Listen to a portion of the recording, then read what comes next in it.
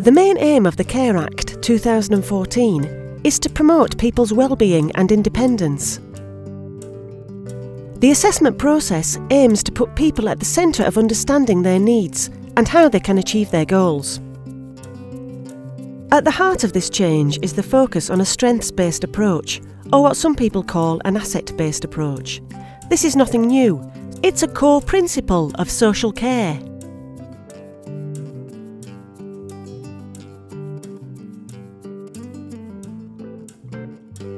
Both research and practice show that a crucial dimension of well-being is the ability and opportunity to benefit from and contribute to one's own community.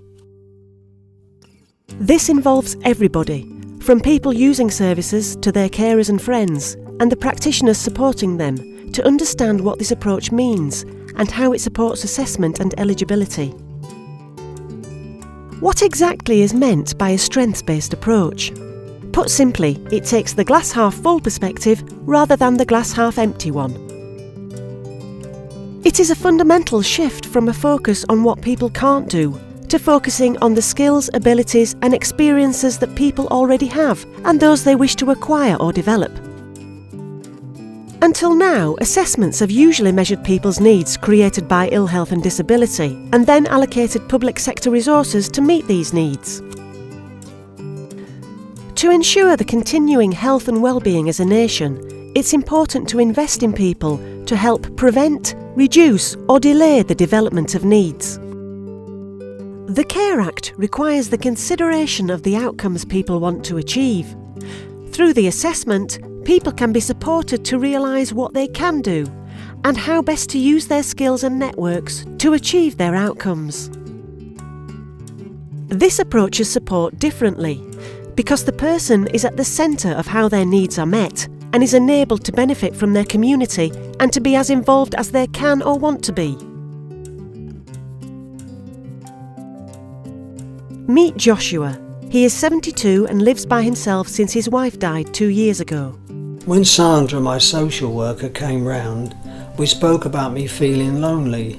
We also talked for ages about what I'd done in the past. I told her about my days working as a cook in the Merchant Navy, in the restaurant trade, and just how much I love being in the kitchen. On her next visit, she mentioned they were looking for somebody to help out in the canteen at the social club. Here, the assessor and manager at the social club worked together to create an opportunity for Joshua to use his skills. Joshua is less isolated, and the social club has a new volunteer, so using the strengths and finding the opportunities in the existing community has worked. Under the CARE Act, all assessments and care and support plans should be outcome-focused, finding out how a person wants to live their life and how this can be achieved. Within a strengths-based approach to assessments, everything revolves around the individual. Asking people about their skills and abilities and the resources they can access gives people more choice and control over their lives. Practitioners need to have the confidence and communication skills to engage with people and know how to listen, record, summarise and feed back what they have learned about that person's priorities. Different techniques can be used to identify strengths. Strengths mapping is one. It starts by considering a community's strengths, the individual and the collective, the hard, tangible, and the soft, intangible. The picture created is useful in building individual and community confidence in their strengths and establishing a shared agenda.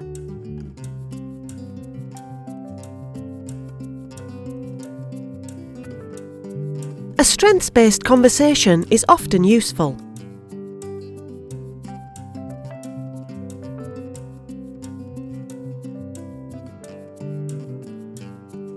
Meet Sandra, who works in social care. I can see how it offers opportunities and helps people to fulfil personal goals. The strengths-based approach encourages people to work together to understand how a person's care and support needs can be met in different ways, including identifying their own strengths and of those of people around them, for example, family members and their community.